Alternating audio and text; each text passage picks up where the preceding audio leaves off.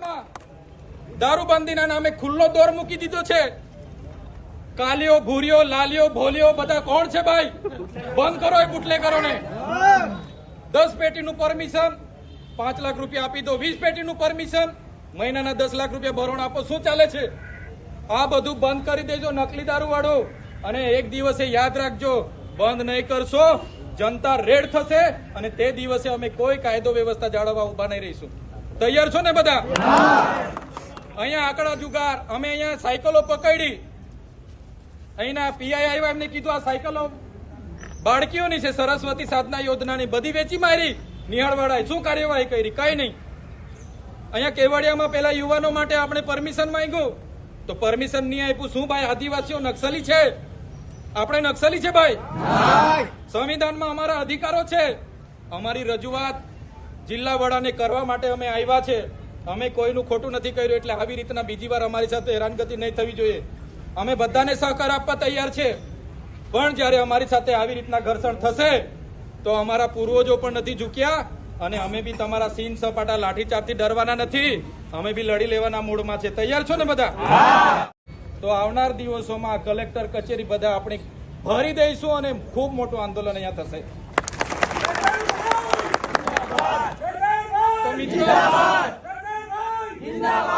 મિત્રો, આ નાની સૂની લડાઈ નથી।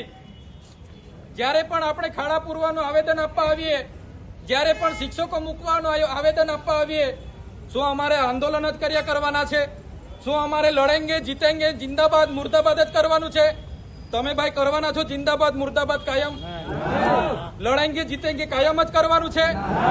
એટલા માટે કેમ છું, હવે એકતા બતાવો, હવે આવેદન નિવેદન બંધ, હવે લડેંગે જીતેંગે બંધ, હવે મુર્દાબાદ જિંદાબાદ બંધ। હવે જો આદિવાસીઓના અહીંયા હક અધિકાર છીનવા છે, એ તલાટી હોય કે કલેક્ટર શ્રી હોય, અમે છીનવી લઈશું એમની ખુરશી। તૈયાર છો ને બધા?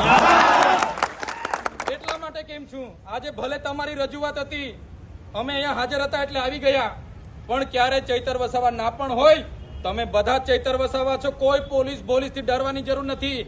પોલીસ આપણે એક દિવસે સીન સપાટા ને લાઠીચાર્જની વાત કરશે, પણ આદિવાસી છે ને અંગ્રેજો સામે પણ ઝૂક્યા નથી ને ઝૂકીશું નહીં। એટલે જે તે લોકોની જે તે ફરજ હોય એ કરો। અમને પોલીસ જાણી જોઈને કેમ સંઘર્ષ કરવા ઉતરે છે ભાઈ? તમે રોડના ખાડા પૂરી આપવાના છો? તમે અમારા વિસ્તારમાં માસ્તરિયા મૂકી આપવાના છો? તમે અમારા વિસ્તારમાં એક્સરે મશીનો નથી ચાલતા, ડોક્ટરો નથી મૂકી આપવાના છો? એટલા માટે જ કેમ છું, પોલીસ મિત્રોને પણ વિનંતી કરું છું, અમે ભણેલા ગણેલા લોકો છે, અમે કાયદો વ્યવસ્થા હાથમાં નથી લેવા માંગતા, પણ ખોટી રીતે અમારા કાર્યકરને ખોટી રીતે બિલકુલ તમે ચેઇન ચઢા નહીં કરશો। જે દિવસે ખોટી રીતે અમારો માણસ સાચો હશે અને કોઈ પોલીસ આવી રીતના ઉંગલી ચાલા કરશે, તે દિવસે અમે જરાય સાકી લેવાના